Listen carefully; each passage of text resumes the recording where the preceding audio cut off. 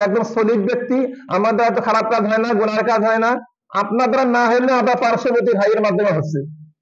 দেখছেন না বর্তমান যে অবস্থা তৈরি হয়েছে, বর্তমান আল্লাহ দ্রোহী শক্তিরা দিন দিন বৃদ্ধি পাচ্ছে। বর্তমান আউল বাউল ফাউল নামক অনেক বাউল এর আবির্ভাব হয়েছে, যারা আল্লাহকে নিয়ে কটূক্তি করতেছে। নাউজুবিল্লাহ মিন যালিক।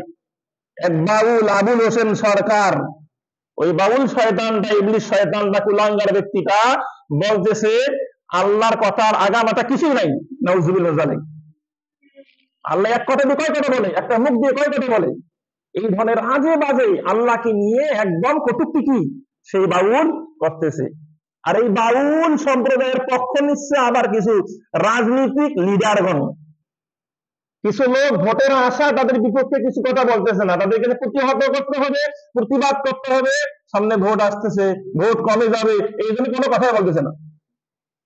আর কিছু লোক তো সরাসরি তাদের পক্ষে কি নিয়ে নিচ্ছে, যারা তাদের সঙ্গে প্রতিবাদ করবে তারা নাকি ধর্মান্ধ, তারা নাকি কি ধর্মান্ধ, এই কথা বলা হচ্ছে।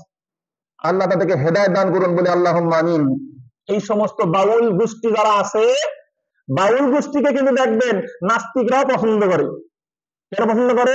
বাউলরা যে কথায় কথায় প্রায় আল্লাহকে গালি দেয়, রসুলকে গালি দেয়, কটূক্তি করে, আর নাস্তিকরা কি করে? পছন্দ করে। এই যে লালন শাহের মাজার, কোথায়? এটা কুষ্টিয়ায় লালন শাহের মাজার। ওখানে হিন্দু যায়, মুসলমান যায়, খ্রিস্টান যায়, বৌদ্ধ যায়, সবাই যায়। ওটা কি সত্য ধর্ম হতে পারে?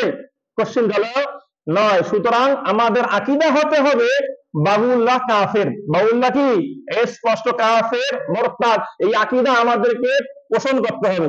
যারা বাউলদেরকে কাফের মনে করবে না, তারা নিজেরাও কাফের হবে। যারা বাউলদেরকে কাফের মনে করবে না, তারা নিজেরা কি হয়ে যাবে? কাফের হয়ে যাবে। সুতরাং যে বা যারা আল্লাহকে কটূক্তি করবে সে কখনো মুসলিম থাকতে পারে না। আল্লাহ রাব্বুল আলামিন সেই সমস্ত শয়তানদেরকে ধ্বংস করুক বলে আল্লাহুম্মা আমিন। আমাদের এই সুন্দর পরিবেশ, বাংলাদেশ সুন্দর পরিবেশকে যারা নষ্ট করার চেষ্টা করতেছে, আল্লাহ তাদেরকে ধ্বংস করুক বলে আল্লাহুম্মা আমিন।